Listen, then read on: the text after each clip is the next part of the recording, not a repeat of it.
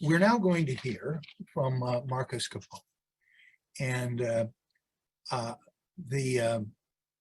first of all, I'd like to thank him. He's speaking to us from Paris, where he's interrupting his vacation to be with us. And we will all appreciate this very much. Marcus is a former Navy SEAL. He's a founder and chair of VETS Incorporated. Mr. Capone medically retired after serving 13 years and multiple combat tours with the SEALs, where he served on an elite counterterrorism unit. Marcus received a bachelor's degree from Southern Illinois University, Carbondale, and a master's degree in global leadership from the University of San Diego, and an MBA from USC. My son Elliot met Marcus at a wedding a few months ago when we were beginning to plan this, and he said, "Dad, I met the veteran that you need to anchor this presentation. He's incredible." In the conversations I've had with him, I think you will agree. And now let's hear his story. Yeah, Dr. Resnick, thank you so much. Just humbled to be here today. Katie Sale from American Brain Coalition, Dr. Yehuda, Dr. Volkow, always humbled to be around and in your company. Thank you. I am Marcus Capone. I'm co-founder, chairman of VETS, that's Veterans Exploring Treatment Solutions. It's a 501c3 organization dedicated to ending veteran suicide through the safe clinical use of psychedelic therapies. I'm also the founder of Tara Mind. It's to further expand greater access to these life-saving medicines and really to be able to meet the overwhelming demand we're seeing at VETS. As Dr. Resnick mentioned, I served 13 years in special operations as a U.S. Navy SEAL with multiple combat deployments to Iraq and Afghanistan. And I am extremely proud to have served this nation. And there's nothing at all that I would change about my time in service. But why we're here and what does need to change, however, is access to effective life-saving treatments for addressing the invisible wounds that so many of our nation's veterans are facing today. Having tried, I don't want to say every, but many available options that were offered to me, to include multiple mood stabilizers, antidepressants, brain treatment centers, 5 in total, and a host of other evidence-based modalities, I can say unequivocally that psychedelic-assisted therapy saved and changed my life forever. Over the past 4.5 years, I've seen it save the lives of countless friends, teammates, colleagues, and others. I've seen it work for strangers and close confidants alike. I've seen it work for veterans with recent suicide attempts who are now living productive and thriving lives. I too was extremely skeptical about this sort of intervention. I was a lifelong multi-sport athlete. I was a collegiate quarterback, and I was a United States service member. I didn't, quote, do drugs, and I didn't associate with those who did. The only connotations that I heard about psychedelics were bad. And so I assumed that to be true. But the more I read, the more I learned about the history of these therapies and the efficacy of therapeutic use with the proper mindset and medical setting. Despite promising research in the 1950s and 1960s, these substances were banned and research was halted with the introduction of the Controlled Substances Act in 1970. Only now is the promise of psychedelic therapy reemerging after losing almost a half a century of research and data collection. Psychedelic therapy is the next major breakthrough in mental health care. With the proper set and setting and under medical supervision, these therapies will save not only veteran lives, but could save and impact American lives across our entire country. As a nation, we've become numb to the number of veteran suicides at roughly still 20 per day. This is absolutely unacceptable. No one needs or deserves the interventions more than our nation's veterans.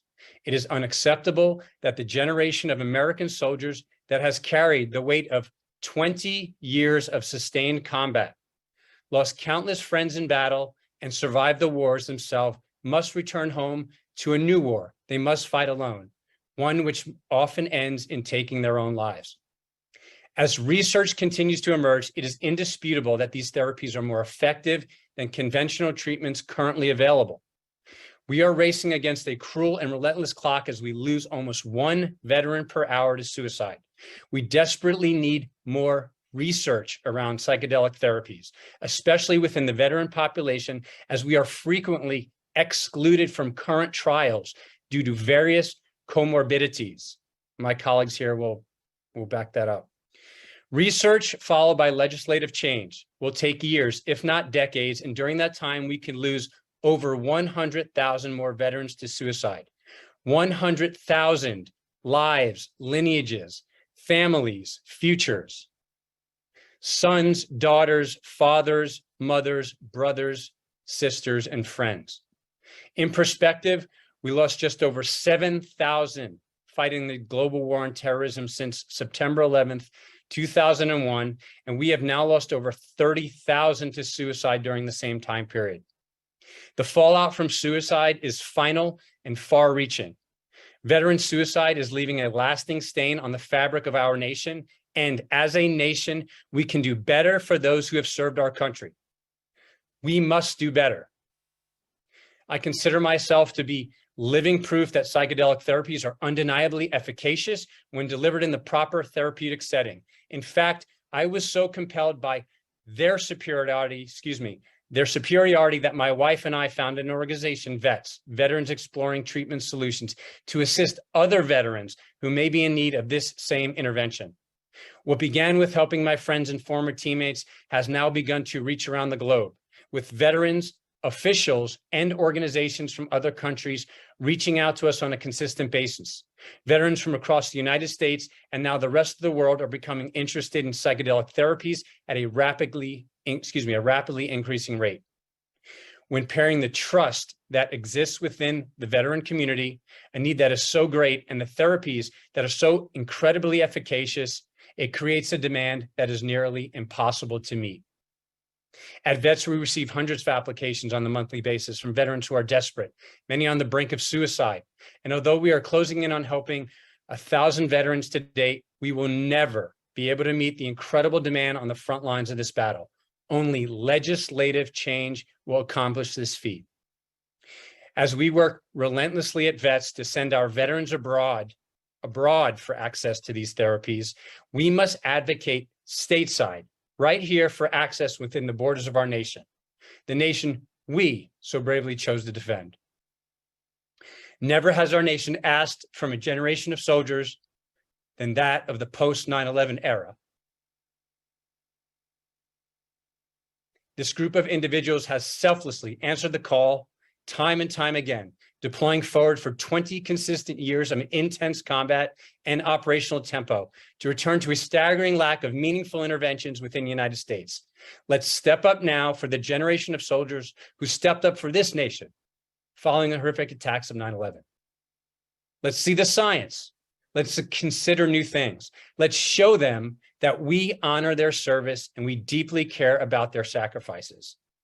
4 years ago, I didn't have much hope left. I'd been prescribed numerous pharmaceuticals, which caused undesired side effects and prompted more prescriptions to be written. Some of these medications had side effects of suicidality.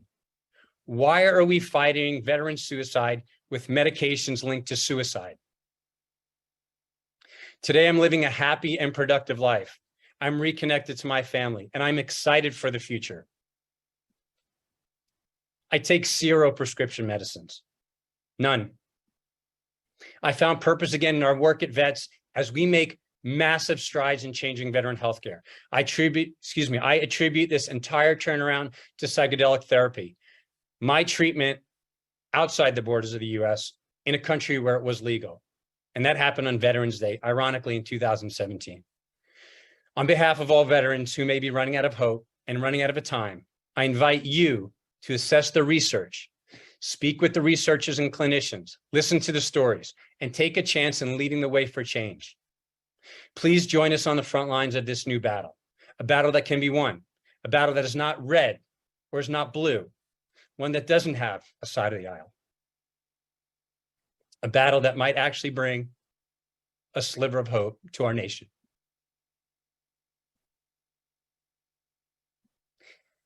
Thank you for your time. Thank you for your leadership. Ultimately, you hold possibility for change. Thank you. And thank you, Marcus. That was really inspirational.